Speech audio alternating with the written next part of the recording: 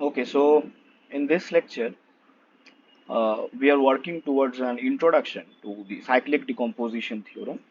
And the study of cyclic decomposition theorem will help us construct a very important matrix form of a linear operator on a finite dimensional vector space, which is called the rational form. Like in the previous lecture, we had discussed about this that we have already studied one of the most simplest matrix structures related to a linear operator, which is the diagonal matrix, diagonal form of a linear operator. We are intended to study two more simple forms of a linear operator in terms of matrix representation.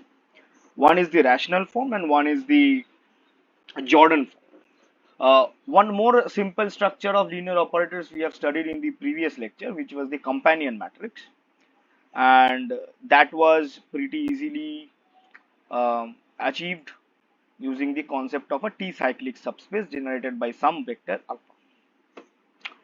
Before starting this lecture, I'll refer to that video because if you do not have, just you can think of the definitions only. That the definitions regarding the T-cyclic subspaces, T annihilators of a vector, and so on and so forth. Then this lecture will be a bit problematic to understand. Okay, so this lecture will be typically say named as introduction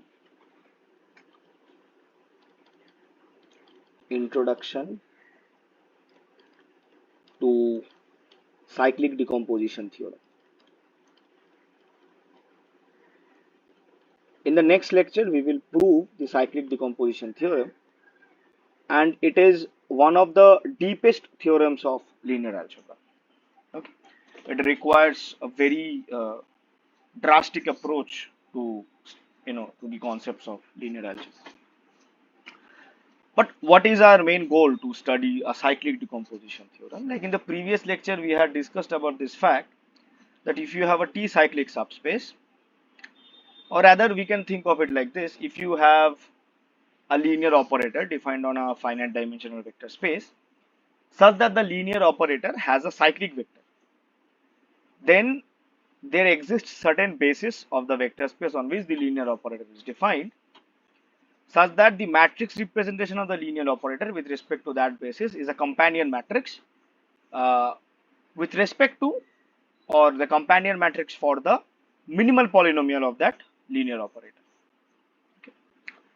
So if I study linear transformations or linear operators on a certain finite dimensional vector space restricted to certain T-cyclic subspaces, then each individual operator, each individual restricted operator will obviously contain a cyclic vector, which is the vector which will generate that T-cyclic subspace.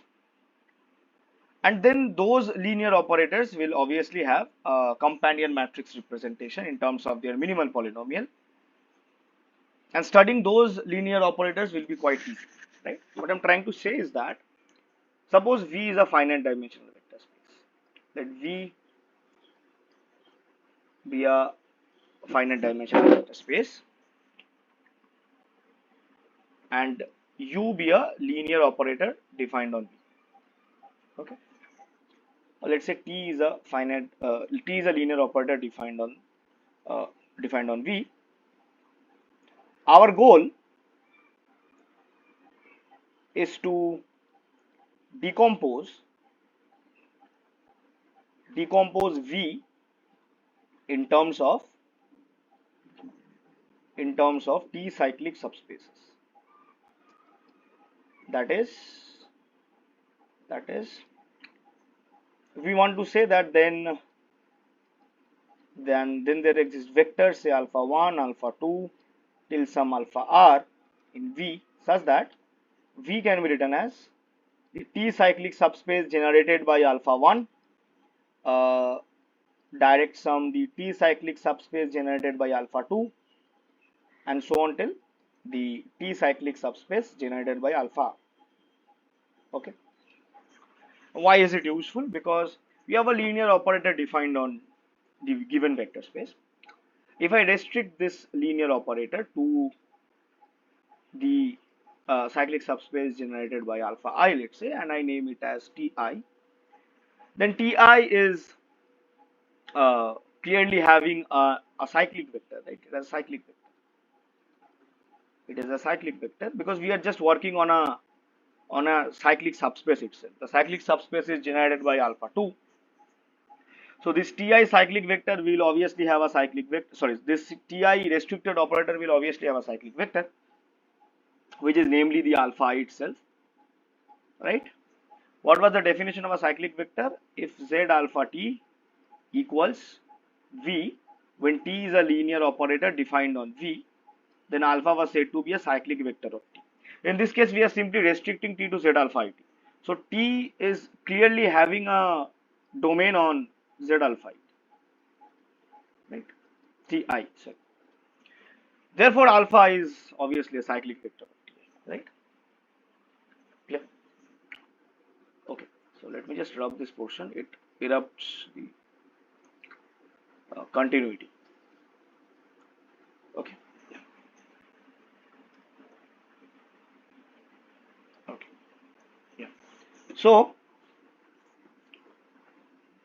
so in the previous lecture, then we have studied that if you have those linear operators which have a cyclic vector, then these linear operators will have a companion matrix representation. They have a companion matrix representation for their minimal polynomial.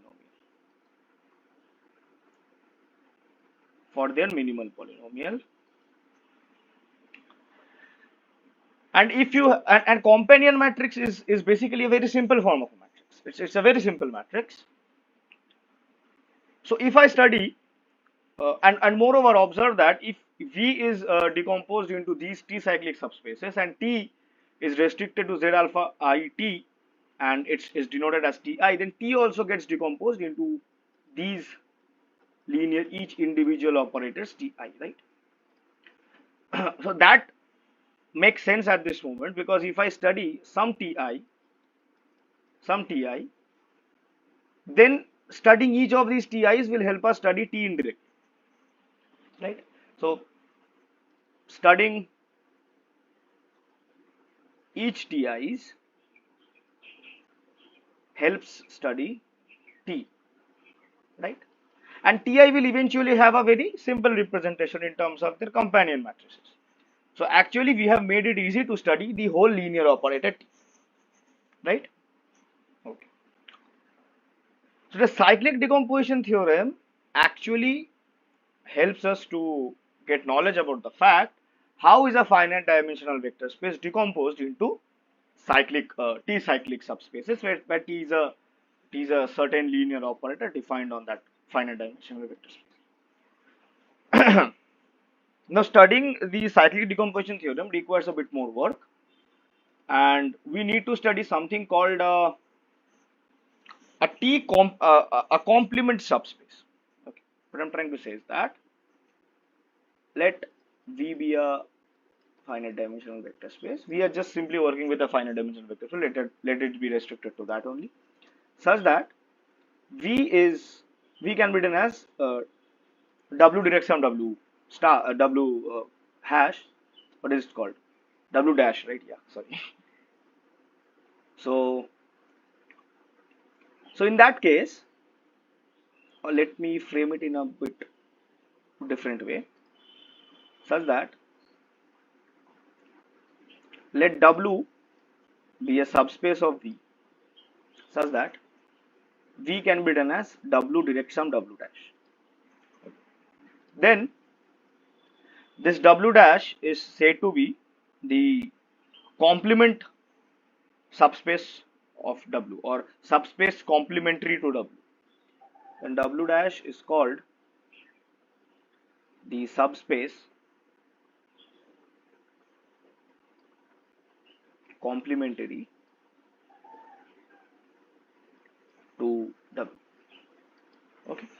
Now, if V is any arbitrary finite dimensional vector space and W's are random, any arbitrary subspace of V, then there can exist, in general, there can exist, or there you can say there always exists some complementary subspace, at least one complementary subspace to it.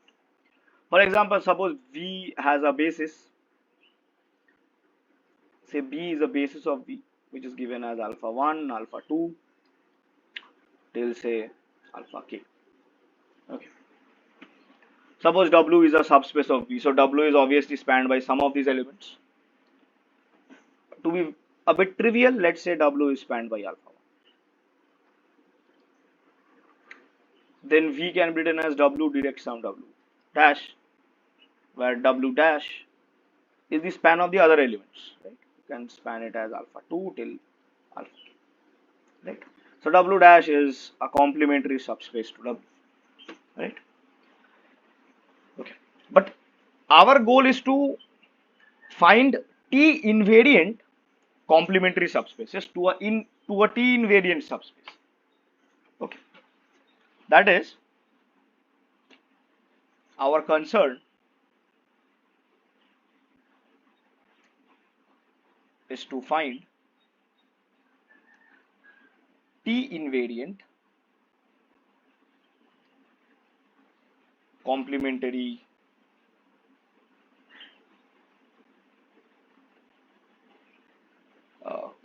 subspace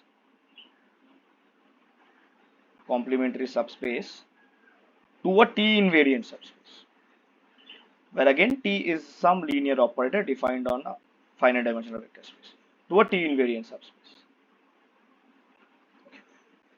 This is what we require to do. So now observe an important fact, that suppose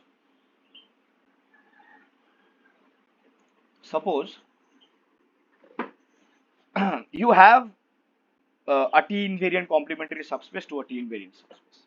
Okay. Let V be written as W direct sum W dash, where this has got a bit big, where W and W dash are both T invariant. They are both T invariant. Okay. Now I choose a vector from V. Let us choose a vector from V.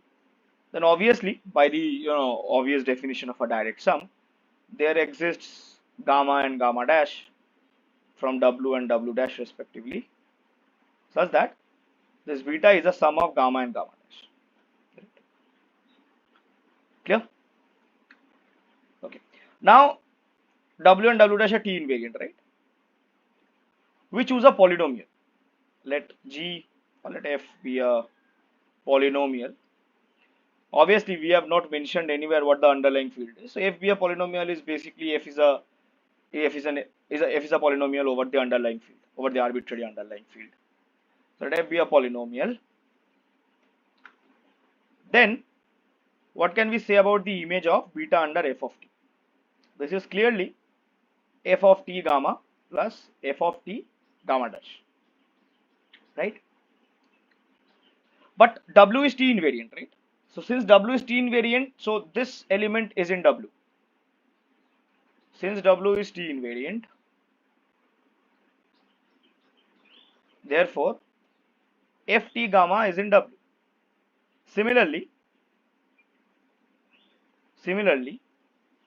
Ft gamma dash must belong to W dash, as W is also T invariant. Then what should be the condition that Ft beta is in W? Now it's quite obvious, right? Therefore, Ft beta is in W if and only if Ft gamma dash is equal to 0, right? Clear? Because if this is 0, then Ft beta must be inside W, because Ft gamma is inside W. Further, if Ft beta is inside W, then this term should vanish. This term should vanish because this term belongs to that subspace, that T invariant subspace, which is complementary to W, right? So I guess it's clear, right? But if this happens, then that implies that there exists some gamma in W such that Ft beta is equal to Ft gamma, right? So we just summarize these conclusions to a very important definition of a T-admissible subspace. Okay, definition. So definition. Let T be a linear operator defined on a finite dimensional vector space, or let defined on a simple vector space V, and let W be a subspace of V. Okay, we say W is T admissible. T admissible if number one, W is T invariant, and number two, if for some polynomial f, ft beta is in W,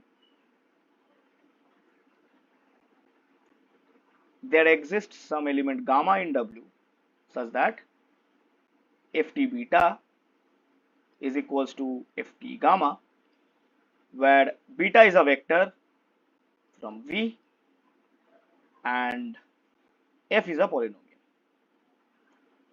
Okay. So having this definition, I guess it's obvious from the above observations that if a subspace admits, if a T invariant subspace admits a T invariant complementary subspace to it, then obviously it's T admissible, right? Therefore, our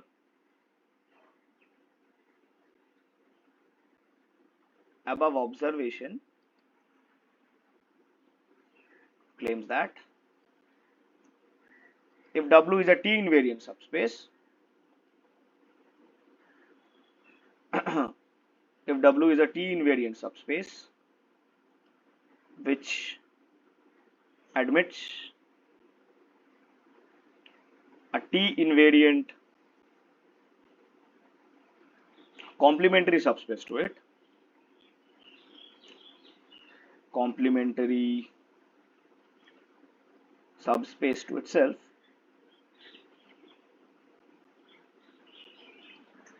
then it's T admissible,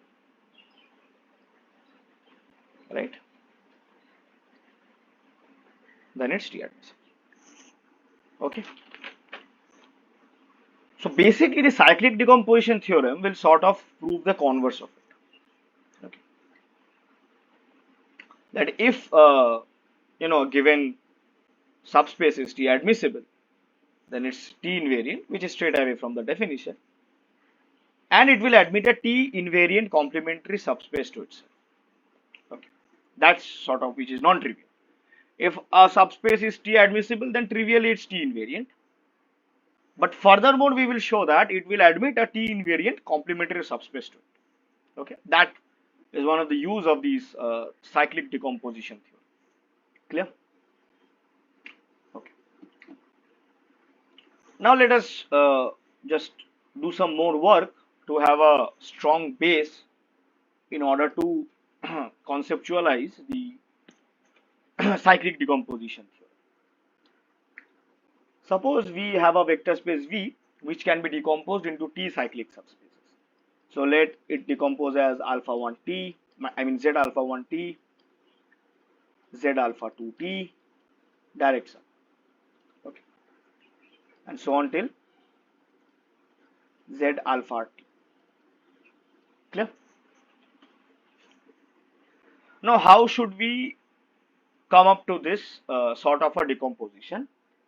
Is what we will do is we will inductively kind of choose these vectors wisely such that the following happens. So we inductively select these vectors alpha 1 to alpha r to enable such a decomposition. So we will work out a bit upon how we are, choosing these vectors wisely. Suppose some process some process has given us j vectors, let's say alpha 1, alpha 2 till alpha j. Clear? And we have a subspace wj to be z alpha 1t plus z alpha 2t and so on till z alpha jt. Okay, we will choose a j plus 1th vector. We find alpha j plus 1 such that wj intersection z alpha j plus 1 t is the zero subspace. Okay, what will it help us do? It will clearly help us to frame this subspace wj plus 1 as the direct sum of wj and z alpha j plus 1 t. Wj is already the sum of these vectors. Okay, so this will help us, or you can just consider them to be direct sums. This will help us to get one dimension closer to the decomposition of. What is the dimension of? So what will this help us to do? This will bring us one dimension closer to the decomposition of V, right? To the decomposition of V. Clear? Now this existence of such vector, say in this case the existence of the vector alpha j plus 1, this will solely depend on wj being T admissible. Okay, the existence of alpha j plus 1 will solely depend upon wj being T admissible. The detailed work of these things is what conceptualizes the cyclic decomposition theory. What we are doing here is we are just simply doing a background work to prepare your, you can say, prepare your brain to gulp up the cyclic decomposition. Okay. Now what we do is we consider a proper T invariant subspace of of V. Let W be a proper T invariant subspace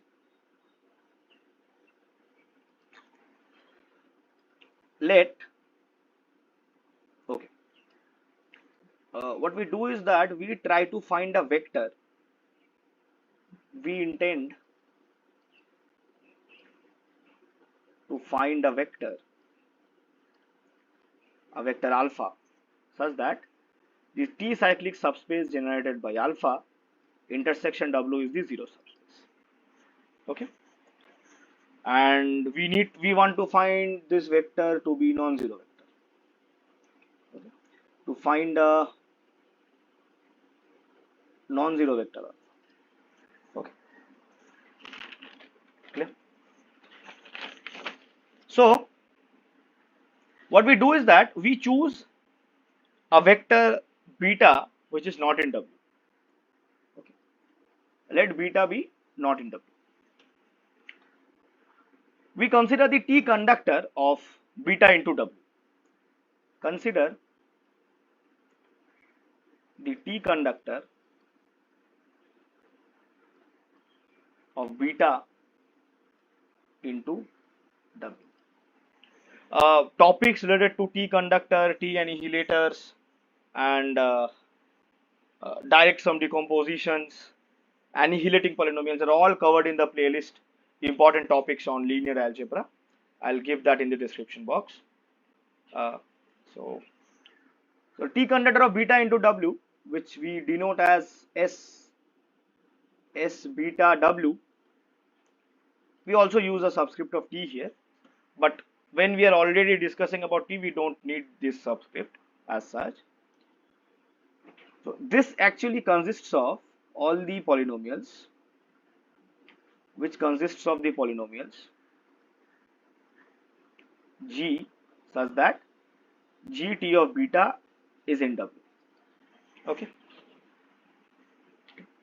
There is a, so this actually becomes an ideal of fx. If f is the underlying field, if f is the underlying field, then st beta W is obviously an ideal of fx.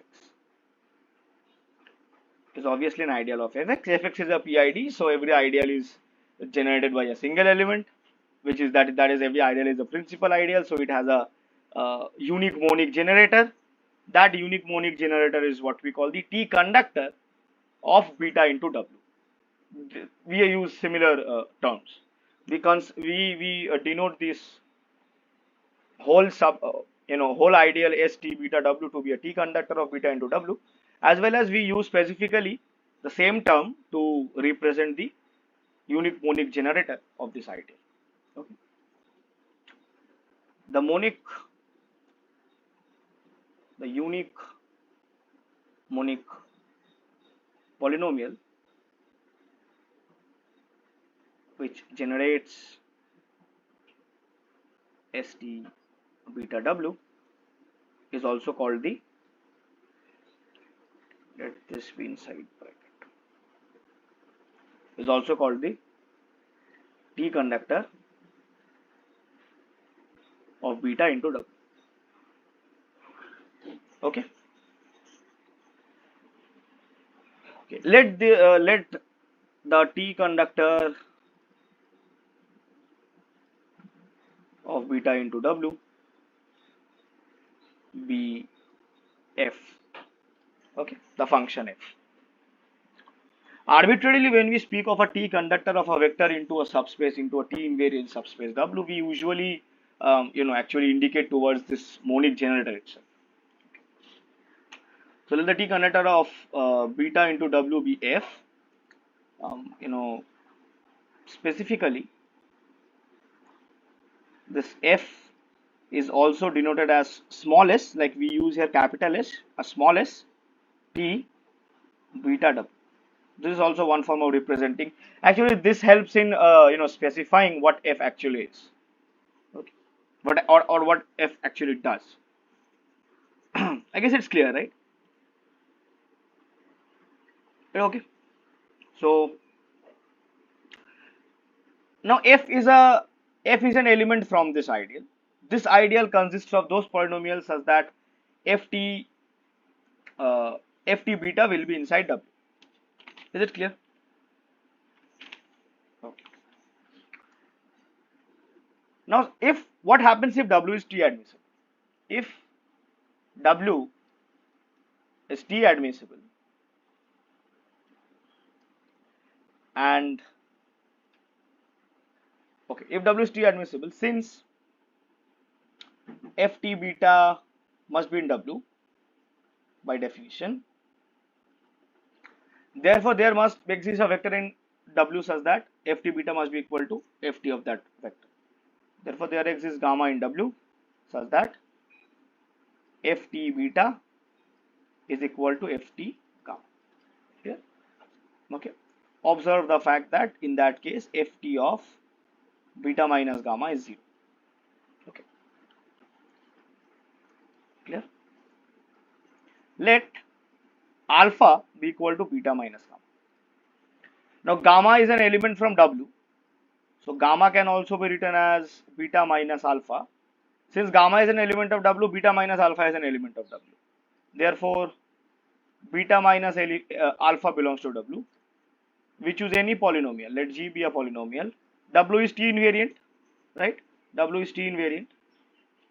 So let G be a polynomial.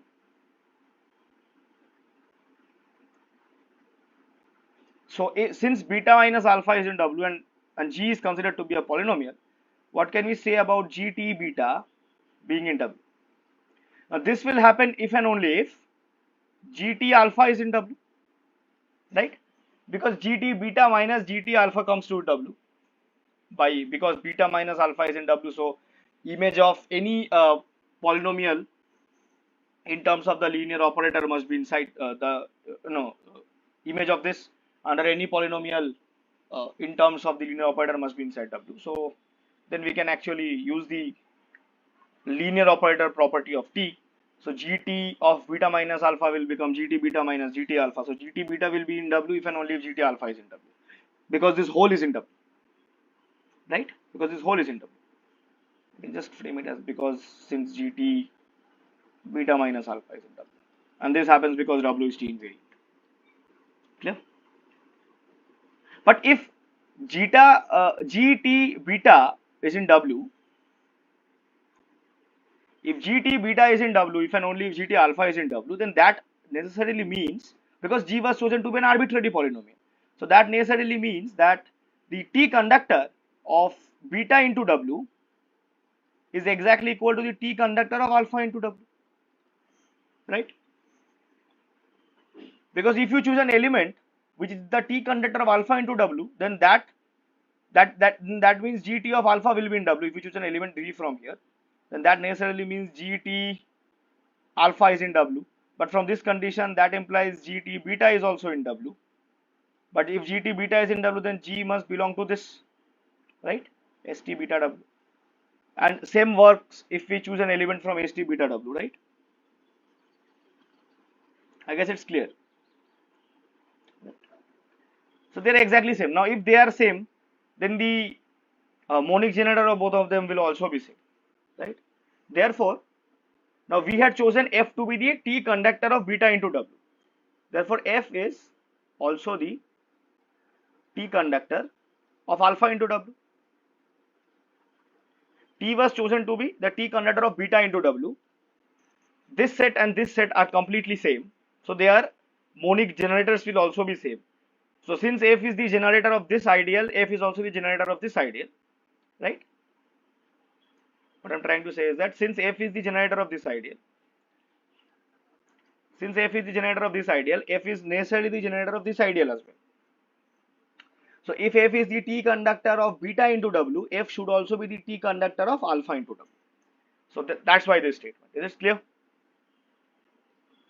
But if F is the T conductor of alpha into W, it's okay, but we have found that Ft of alpha is 0,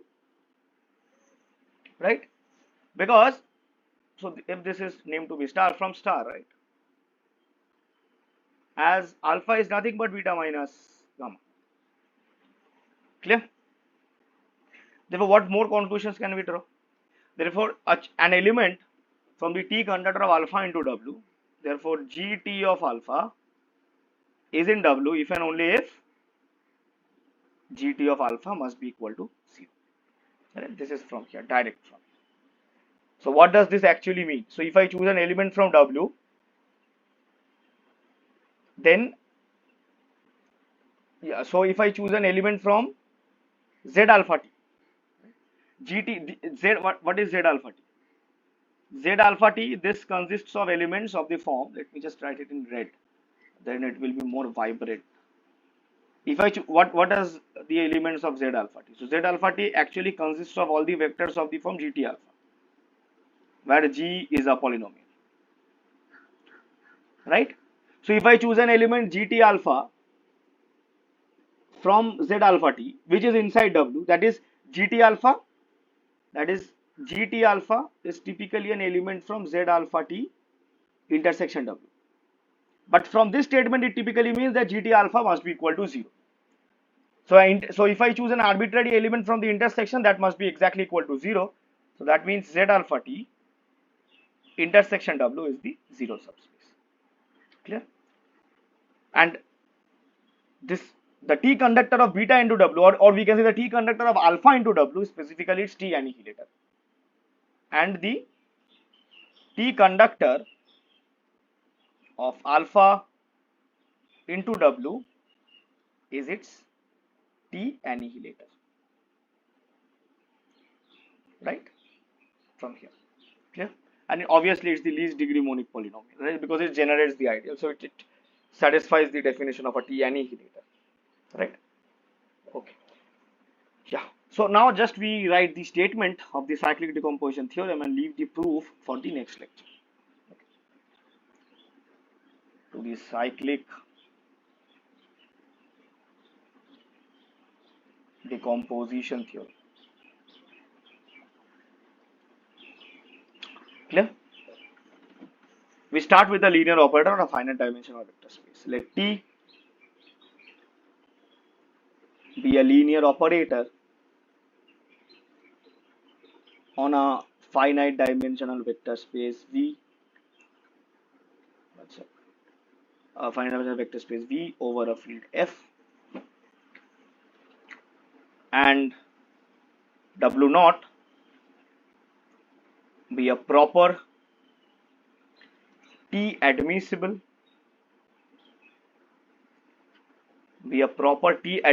subspace of V. Subspace of V. Clear? Then there exists non-zero vectors.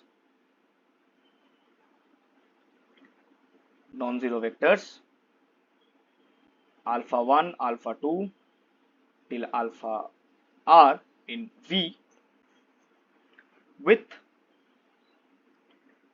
respective T annihilators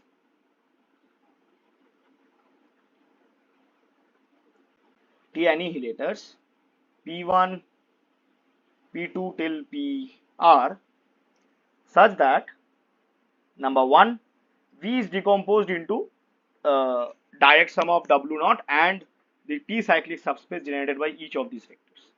So it's W naught plus Z alpha 1 T direct sum Z alpha 2 T and so on till Z alpha T. So the statement with which we started this lecture, this is quite relevant to this point 1, because you can simply consider W naught to be the zero subspace. That will do. Is it clear? Yeah, sorry, direct sum. Okay. And PK, number 2, PK will divide PK minus 1. That is the T annihilator of the kth non-zero vector from alpha 1 to alpha r will divide the T annihilator of the k minus 1th non-zero vector alpha 1 to alpha r. Clear? Okay. Furthermore,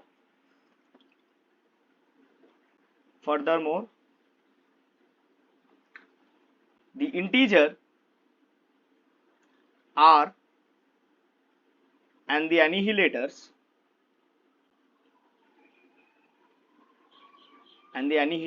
P1, P2 till PR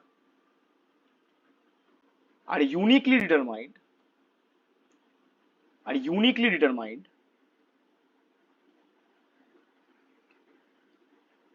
by point 1 and point 2, and the fact that no alpha k is 0. Okay, so this is the statement of the cyclic decomposition theorem. We will start our next lecture from this point itself, where we will be starting off with the proof of it. Clear? Okay, so meet you guys in the next lecture.